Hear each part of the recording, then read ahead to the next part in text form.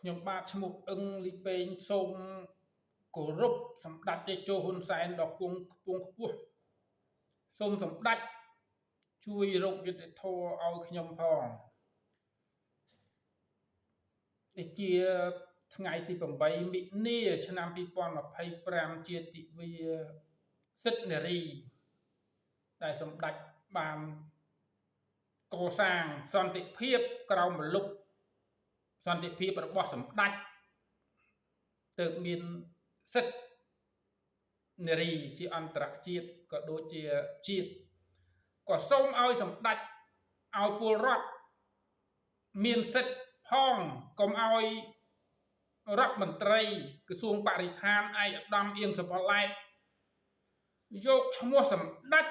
រំលោភអំណាចក្នុងប្រព័ន្ធតុលាការគាត់មិនដោះស្រាយតាមច្បាប់ទេសម្ដេច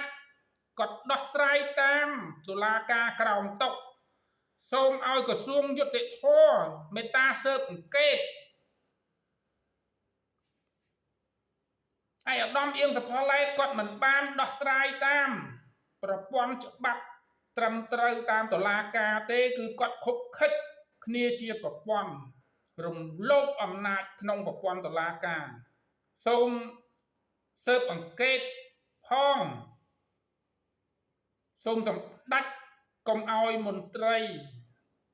ឧត្តមអៀង សុផល្លែតយកឈ្មោះសម្ដេចយកមកប្រើមិនត្រឹមតែបោកយកប្រាក់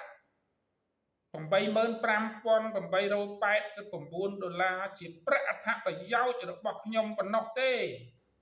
គឺវាពាក់ព័ន្ធដល់សហគមន៍ពលរដ្ឋក្រីក្រដែលបង្កឡើងដោយឯកឧត្តមអៀង សុផល្លែតទើបបង្កហេតុពាក់ព័ន្ធនឹងប្រាក់អត្ថប្រយោជន៍របស់ខ្ញុំសូមសម្ដេចពុកតេជោហ៊ុនសែនមេត្តាស៊ើបអង្កេតខ្ញុំហ៊ានដាក់ជីវិតបើស៊ើបអង្កេតឃើញថាខ្ញុំមានកំហុស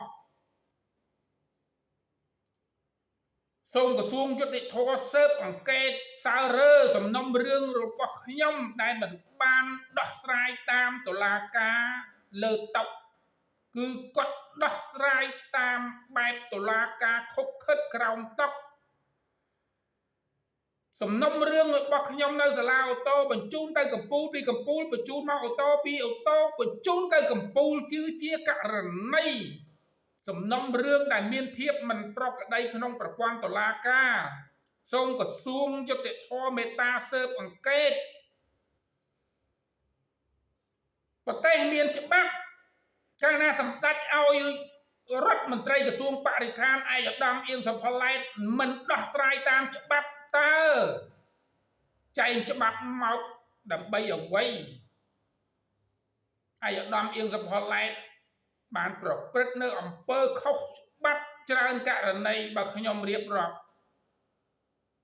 តែខ្ញុំសូមឲ្យសម្ដេចជួយបញ្ចប់វិវាទខ្ញុំជាមួយឯកឧត្តមអៀង សុផល្លែតឆ្នាំ2025នេះផងសូមអរគុណសម្ដេចតេជោហ៊ុនសែនសូមគោរពលាបាទសូមអរគុណបាទ